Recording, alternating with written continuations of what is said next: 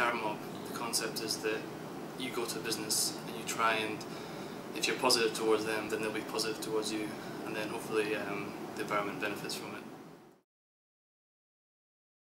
I think the name came from chasing a carrot rather than getting hit by the stick.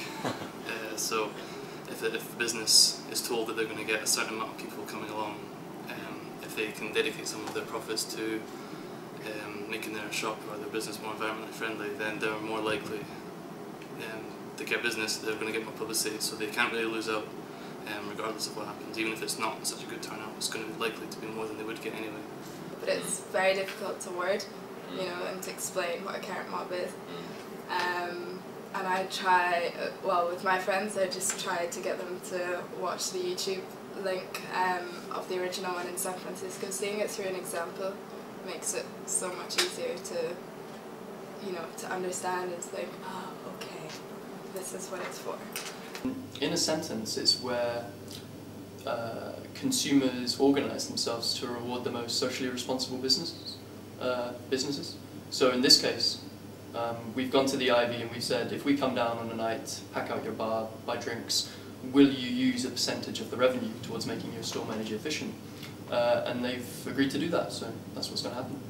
The Economist in America has said a lot of good things about the Carrotmob as a concept, so we're hoping that this can help to do the same in Britain. I mean, not just this one, but every little helps. Yeah. Spoke to Owen, the bar manager, and he seems really keen and enthusiastic to do it, so yeah, we're optimistic. I just think it's a really good idea, man. It'd be really good if you could get more things doing that. It's a win-win situation. Get a busy night and help the climate as well.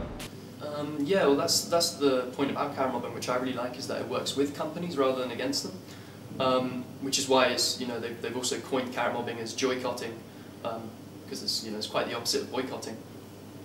If you protest against something constantly, you're not always going to stop that thing you're protesting against from happening. But if you work with it, then I think you've got more chance of making something successful happen. Obviously, anything that increases the IV's profits is a good thing, increases their revenues.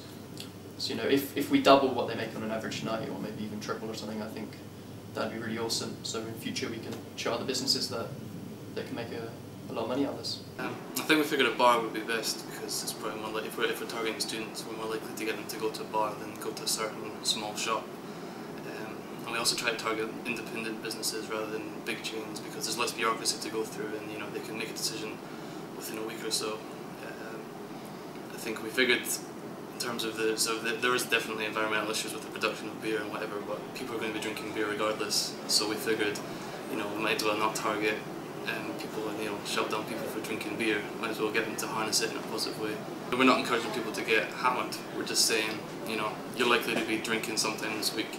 You might as well do it at this place, have a good time, do a little bit for the environment, and hopefully, I mean, hopefully it's just the start of something. So if this can grow into a bigger thing, then it might become more of a standard thing for businesses to do. The SNP candidate and the Green candidate turned up on the night. So yeah, it was nice for them to show support to the idea and everything. I've heard of carrotmobbing before. This is the first time I've heard about it, but it's a great idea.